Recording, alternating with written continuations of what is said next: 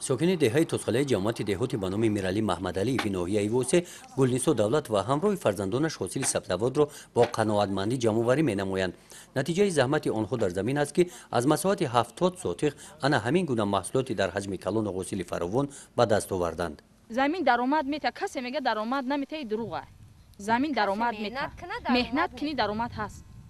همین مهنت شوه، ای پختش هم فایده میبینی، ای چیش هم سبزیش هم پیاز هم کنی همون فایده میبینی. آینده نیت دارم که پخته کنم. همین سال من 1 هکتار زمین کردم، 2.5 تن پخته دادگیم. زمینی سنگو ده با زمینی تری چی نیست. امسال نیت دارم که 1 هکتار زمین بگیرم پخته کنم. پختش با هم خودم فایده ببینم هم کلخوز. شاهرو از دهه توسخله جانب ناحیه به نام تیمورملک از کنار همین زمین میگذرد. قسم زیادی حاصل را از همین جا از ناحیه‌های تیمورملک و بلجوان با نرخ دهخانه گرفته میبرند. جماعت دهاتی به نام میرعلی محمدعلی ناحیه تیمورملک را با این نمود سبزوات تامین نموده است. در جماعت دهاتی به نام میرعلی محمدعلی موافق دورنمای کشت تیرمایی در 93 هکتار کشت سبزوات گذرانده شد. کشت بر وقت اینا که از آن 27 هکتار سبزی تشکیل می‌دهد.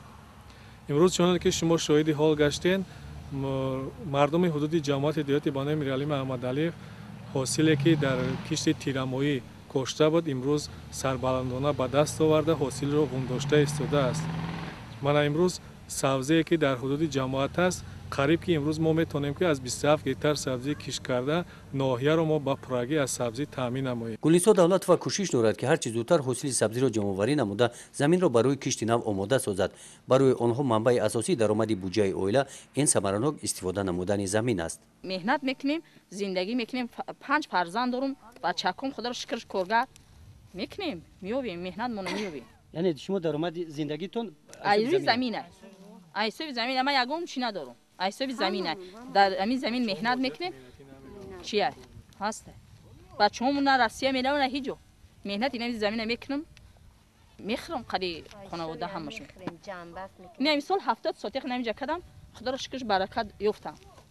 ایا خرطای بالا 100 خوبچه زیاد چیندم. اینش نو سر کردم بود. سبزی و در کاپیراتیو تجارتی یا باشد موسم جفتی ادامه یافته زمین برای کشت پنبه‌دانه آماده کرده می شود. در این خواجگی زمین ها با بریگاده ها جدا شدند. تازه‌گل دولت و برای استفاده 21 هکتار زمین سرداری یکی از بریگاده ها می باشد. هر سال آیامی زمین 30 هکتار 30 سنتر 31 سنتر تا 35 سنتر حاصل میده. این سال هم کوشش میکنیم که هم قپخته بتیم. زمین کار کردن کار کن در تراکتور دام گاه پرسای اوچی دام گاه پرسای بعد دیگه کارخوشی دام مارسای روبار این همه بر روبار وابسته روبار اگر ایدون کار خودش باشه او کار حلال میشه. طوری که متخصصان میگویند برای گرفتن حاصل بلند عامل اساسی این گذراندن جفت خوش‌صفت میباشد. برای همین هم خواجگیداران حرکت دارند از روزهای آفتابی استفاده نموده جفت زمین ها را سری وقت و با صفت به انجام رسانند. امروز موافق دورنما ما همه کشت‌ها را خوب به راه مانده در نزد جماعت دهات اگربریگاده با دستور سپارش‌های رئیس ناحیه و با قرار رئیس جماعت تأسیس داده شده است که اگربریگاده که امروز از 12 اگربریگاده که امروز ما تشکیل کردیم برای باز هم کار خواجگی‌های دهقانی را خوبتر و بهتر به راه ماندن توصیه دادند سری وقت کشت زراعت‌ها را گذراندند از آن جمله ترتیب کشت زراعت‌ها و سری وقت پرداخت نمودن حق انداز آبی پالیزی و سپاریدن حسابات‌های آماری تشکیل کرده شده است که خوشبختانه من در از 3 ینوری سال جاری با قرار رئیس جماعت تشکیل شده است. علاقه نتیجه آن را ما دیده ایستاده ایم که امروز ما با پررگی علاقه الحاظ زمین‌های پخته که برای کشت پخته امسال ما آماده نمودیم امروز با پررگی جفتی زمین‌ها رفته ایستاده است. خوشبختانه امروز توپگاه با پررگی در 1530 هکتار زمینی که موافق دورنما امسال باید ما کشت پخته گذرانیم با پررگی آماده می باشد.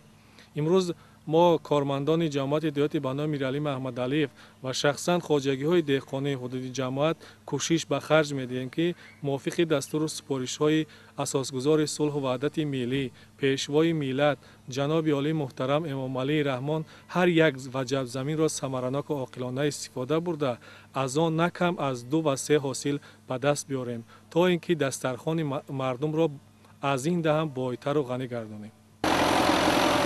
در جماعت دهاتی به نام میرعلی محمدعلی فی ناحیه وسه ماه ینور جفت زمین‌های کشاورزی پورا به انجام می‌رسد.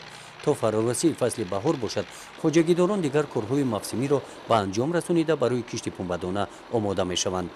گزارش خواجه نظریف خدای نظر ظهورов از ناحیه وسه برای برنامه اطلاعاتی نوید.